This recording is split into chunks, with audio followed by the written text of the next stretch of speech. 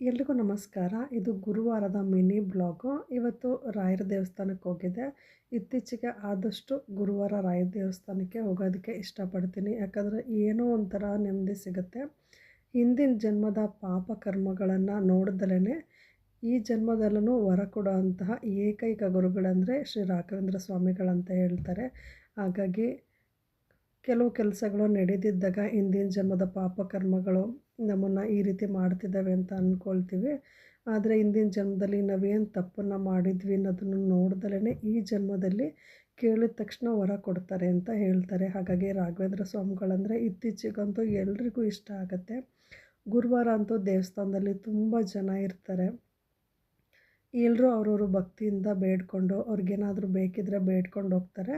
ಇದು ಚಿಕ್ಕಮಂಗ್ಳೂರಲ್ಲಿರುವಂತಹ ರಾಘವೇಂದ್ರ ಸ್ವಾಮಿಗಳ ಸನ್ನಿಧಿ. ಇಲ್ಲೂ ಅಷ್ಟೇ ಗುರುವಾರ ತುಂಬ ಜನ ಇರ್ತಾರೆ. ಬೆಲ್ಲದ ಆರತಿ ಮಾಡ್ತಾರೆ.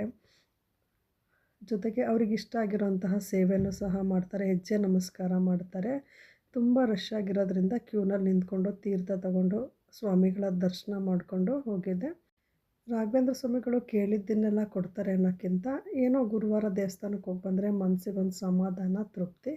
ಇಲ್ಲಿ ಬೆಲ್ಲದ ಆರತಿ ಮಾಡ್ತಾರೆ. ಇವಾಗ 365 ಬತ್ತಿಯಿಂದ ದೀಪ ಹಚ್ತಾರಲ್ವ, ಆ ದೀಪನೂ ಸಹ ಹಚ್ಚಿಟ್ಟಿದ್ರು. ನಾನು ಆದಷ್ಟು ಗುರುವಾರ ಹೋಗೋದಕ್ಕೆ ಟ್ರೈ ಮಾಡ್ತೀನಿ. ಅಲ್ಲಿಗೆ ಹೋಗಿ ಬಂದಮೇಲೆ ಇಡೀ ದಿನ ಏನೋ ಒಂಥರ ನೆಮ್ಮದಿ ಇರುತ್ತೆ. ನೀವು ಸಹ ಹೋಗ್ತೀರಾ ಅಂತ ಕಾಮೆಂಟ್ ಮಾಡಿ. ಈ ವಿಡಿಯೋ ಇಷ್ಟ ಆದರೆ ಲೈಕ್ ಮಾಡಿ, ಶೇರ್ ಮಾಡಿ,